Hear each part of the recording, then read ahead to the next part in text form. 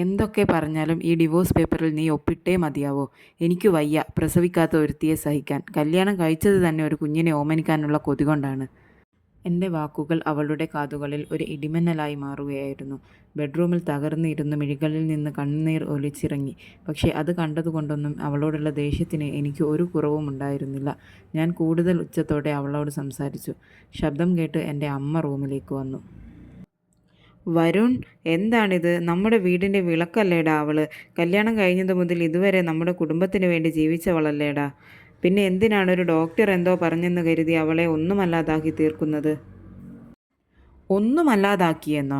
നല്ല കഥയായി. മച്ചികൾക്കുമുണ്ടോ ഇതൊക്കെ? ഒരു പെണ്ണ് ഏറ്റവും കൂടുതൽ സ്നേഹിക്കപ്പെടുക അവളൊരു അമ്മയാകുമ്പോഴാണ്. അതിനുള്ള കഴിവ് ഇല്ലാത്ത ഇവളെയൊക്കെ എന്ത് ചെയ്യണം? പെണ്ണുങ്ങൾക്ക് തന്നെ മാനക്കേടുണ്ടാക്കാൻ. ഇരിപ്പ് കണ്ടില്ലേ? ഒറ്റ ചവിട്ടിന് കൊല്ലണം. അതാണ് വേണ്ടത്. അതേതായാലും ഞാൻ ചെയ്യുന്നില്ല. എനിക്ക് വേറെ പെണ്ണ് കെട്ടി ഒരു കുഞ്ഞിൻ്റെ അച്ഛനാകണം. അതെനിക്ക് നിർബന്ധമാണ്. മോനെ വരുൺ, ഇങ്ങനെയൊന്നും പറയാതെ. നിന്റെ പെങ്ങൾക്കാണ് ഇങ്ങനെ ഒരു അവസ്ഥ വന്നതെങ്കിലോ? നിന്റെ അമ്മയെയും പെങ്ങളെയും പോലെയുള്ള ഒരു സ്ത്രീ തന്നെയല്ലേടാ ഇവളും. ഇങ്ങനെ വിഷമിപ്പിക്കാതെ. നമ്മുടെ കുടുംബം മുടിഞ്ഞു പോകും. എൻ്റെ അമ്മയും പെങ്ങളും പെണ്ണാണ്, മാതൃത്വം അറിഞ്ഞ സ്ത്രീകൾ. നിങ്ങളോടൊപ്പം എനിക്ക് ഈ മച്ചിയെ കാണാൻ കഴിയില്ല. ഇങ്ങനെ പറയാതെ മോനെ. ദൈവം തരുന്നതല്ലേ കുഞ്ഞുങ്ങളെ. അത് നൽകാൻ അവൾക്ക് കഴിയില്ലെങ്കിലും ബാക്കി എല്ലാ കാര്യത്തിലും നിന്റെ അമ്മയെയും പെങ്ങളെയും കടത്തിവെട്ടും നിന്റെ പാതിയായ ഇവൾ.